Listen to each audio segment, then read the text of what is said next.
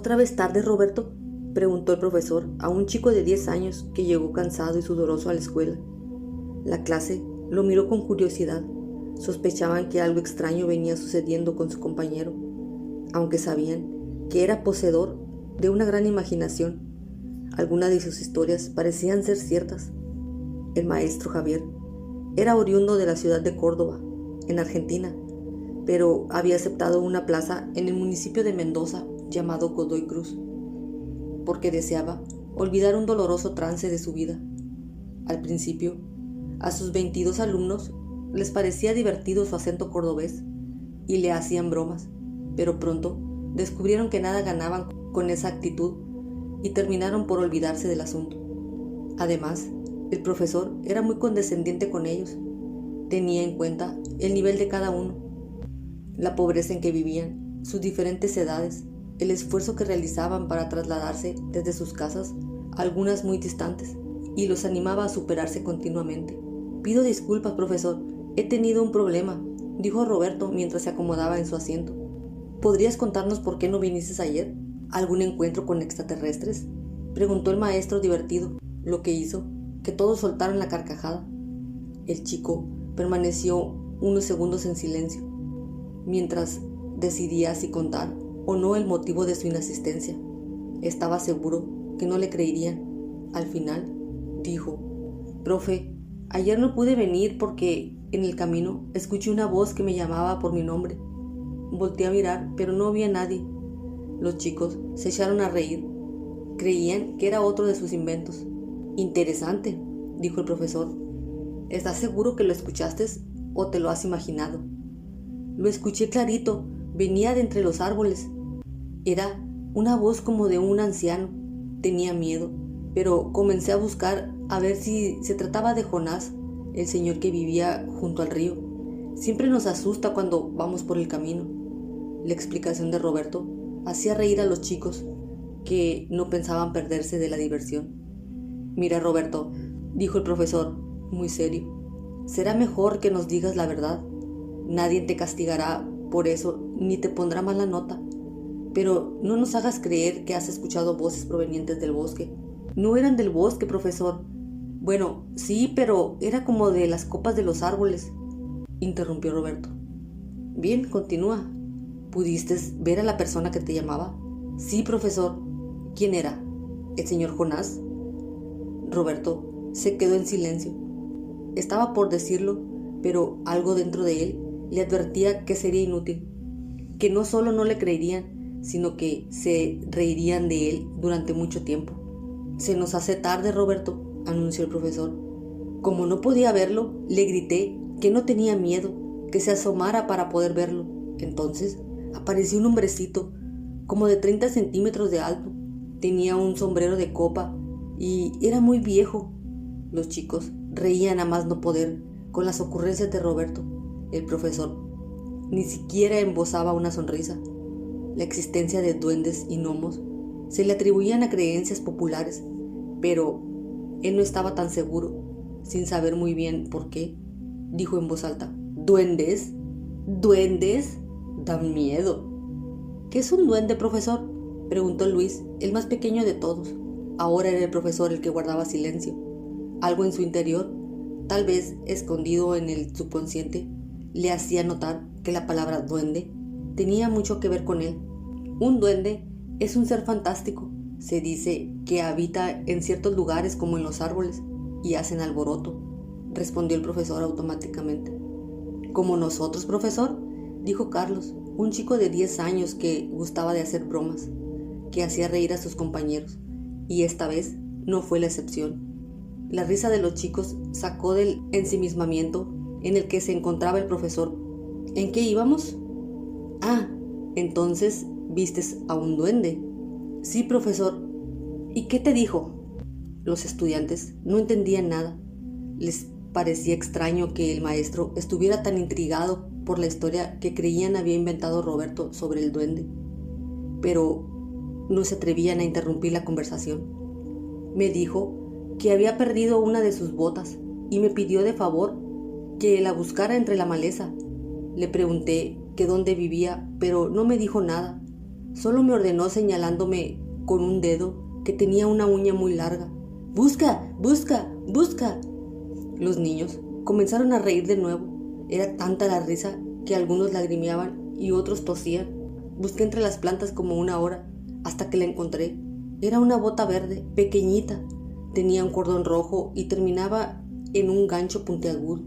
Apenas vio que la tenía en la mano, me dijo que subiera al árbol porque él no podía bajar. Ahí me entró mucho miedo. Como estaba dudando, el duende pegó un grito tan fuerte que me hizo meter la bota en el bolsillo y escalar el árbol. Apenas pude sostenerme, metí mi mano al bolsillo, saqué la bota y se la entregué. Se la puso inmediatamente. Estaba muy contento. Me dijo que iba a recompensarme por haberla encontrado. Entonces, en este momento del relato, los chicos habían callado y escuchaban con atención. El profesor se había sentado y tenía una mano en el mentón pensativo. ¿Y te hizo un pedido especial?, preguntó de repente el profesor. Esto tomó por sorpresa a Roberto, que no se explicaba la razón por la cual le hacía semejante pregunta. No entendía cómo era que sabía que el duende le había pedido algo. Sin embargo, se limitó a responder: sí, profesor, me dijo que sabía que mi mayor temor era que mis padres alguna vez no estuvieran conmigo, y me garantizó que si le llevaba un zapato de cada uno, siempre estarían conmigo. Me pidió que no les dijera nada. ¿Entonces le creíste?, preguntó el profesor. Todos voltearon a mirar a Roberto para ver qué cosa respondían. Sí, profesor, me fui corriendo para agarrar un zapato de mi papá y otro de mi mamá, y regresé lo más rápido que pude. Subí de nuevo al árbol y le entregué los zapatos. Se puso contento al recibirlos y se rió de una forma misteriosa. Me ordenó que me fuera, pero antes me dijo que gracias a que yo no confiaba en mis padres, nunca más los volvería a ver, que ahora le pertenecían. Un ¡oh! Se escuchó en todo el salón. Los chicos comenzaron a sentir miedo por la historia de Roberto. ¿Volviste a ver si estaban tus padres en tu casa?, preguntó el profesor como si supiera la respuesta. Sí, profesor, y no los encontré, dijo el niño sollozando. Sus compañeros estaban pasmados ante lo anunciado por Roberto, y nadie se atrevía a decir nada. Solo escuchaban el leve gemido del niño, que experimentaba la misma sensación de disgusto y tristeza al revivir los acontecimientos. Cálmate, Roberto, por favor. Dinos qué pasó después. Sentí muchísima rabia. Acababa de comprender que no debía haber confiado en un desconocido. Por eso, desesperado, regresé hasta donde estaba el duende. Apenas llegué, le grité para que me devolviera a mis padres. Como no quiso hacer caso, comencé a subir por el árbol y a mover las ramas lo más fuerte que pude. Entonces sacó la cabeza por entre el ramaje y se rió. Pero después, al ver que no me detenía, se puso a gritar y me tiró los zapatos de mis padres. ¿Qué hiciste después?, preguntó el profesor. Yo sospechaba que tenía otros zapatos de niños a los que había engañado como a mí, y le grité que me devolviera todos los zapatos que tenía, o seguiría moviendo el árbol hasta que se cayera. Apenas se lo dije, comenzaron a caer muchos zapatos. Los fui recogiendo uno por uno, pero apenas los agarraba, iban desapareciendo misteriosamente. Solo me quedé con el zapato de mi mamá y el de mi papá. Me imagino que corriste a casa. Sí, profesor, los encontré llorando. Les pregunté qué les había pasado y me dijeron que no lo sabían exactamente, pero que aparecieron en un lugar lleno de árboles y con otras personas. No podían escapar. Tenía miedo de contarles que fue por mi culpa, pero estaba tan contento de verlos que les conté. No me regañaron porque todavía no podían creer que fuera cierto. Les parecía como un sueño. Ahora ya sabes que todo lo que te pase debes contárselo a tus padres. Sí, profesor, prometí contarles todo de hoy en adelante, cualquier cosa que me suceda. Me abrazaron y dejaron de llorar. Por eso no pude venir ayer, profesor. Increíble, Roberto. Has hecho muy bien. ¿Me cree, profesor?, preguntó Roberto con los ojos muy abiertos. Por supuesto, Roberto. ¿Por qué no habría de creerte? respondió el profesor, perdido en sus pensamientos. Los niños, en cambio, no sabían si creer o no. Les gustaba escuchar las historias de Roberto, pero no estaban seguros de que hubiera ocurrido en realidad. El profesor no podía ocultar sus emociones, como si un gran dolor que ya creía perdido retornara a su vida con violencia. Recordaba vagamente una experiencia similar que había experimentado cuando era apenas un niño, pero el paso del tiempo le había hecho creer que todo lo había imaginado y nada era real, hasta que escuchó el relato de Roberto. Enseguida dio por terminada la clase e informó que estaría unos días ocupado y que retomaría las clases el lunes siguiente. Los niños rodearon a Roberto para hacerle más preguntas. Un momento después, pidió a uno de los paisanos que lo llevaran en su carreta hasta donde pudiera tomar el autobús que lo llevara a su casa, en Córdoba. Tenía la intuición de que algo extraordinario estaba por ocurrir. Mientras avanzaba, no podía separar su vista de los árboles que circundaban el camino.